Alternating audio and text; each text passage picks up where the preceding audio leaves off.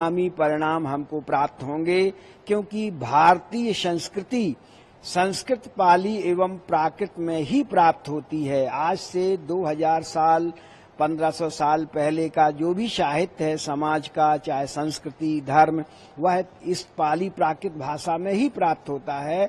तो इस तरह से यह जो छिपा हुआ ज्ञान है यह उजागर हो सकेगा और भारत की प्रतिष्ठा विश्व में फिर से पुनः स्थापित होगी, क्योंकि यह जो ज्ञान है आज हम विश्व को भी दे सकते हैं।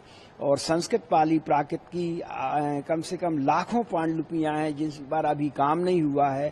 खास करके हमारा संस्थान भोगीलाल लहरचंद इंस्टीट्यूट, जो कि जिसमें पाकिस्तान से लाई गई 25,000 पांडुलिपियां हैं, इसमें संस्कृत, पाली, प्राकृत आदि विभिन्न भाषाओं की विभिन्न विधाओं की पांडुलिपियां प्राप्त होती हैं।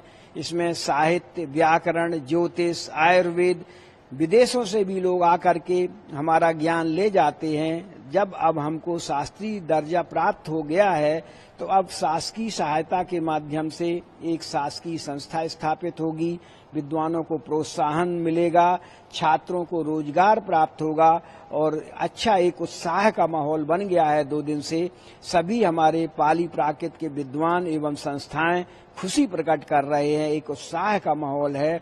हम पुनः भारत सरकार, प्रधानमंत्री जी को, भाषा समिति के पद्मश्री श्री चम्मू कृष्ण शास्त्री जी को, केंद्रीय संस्कृत विश्वविद्यालय के यशस्वी कुलपति जी के प्रति कृतज्ञता ज्ञापित करते हैं।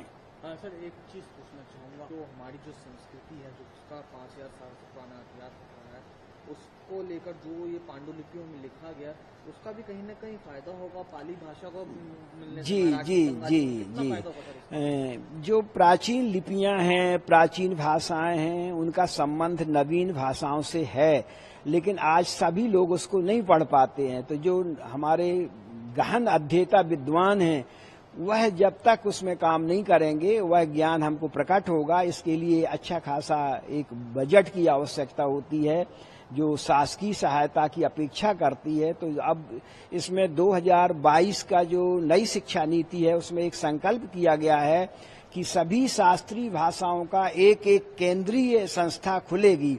तो जब एक केंद्रीय सरकार की संस्था खुलेगी तो निश्चित रूप से व्यवस्थित रूप से एक डॉक्यूमेंटेशन होगा, जो हमारी धरोहर है वह उजागर होगी।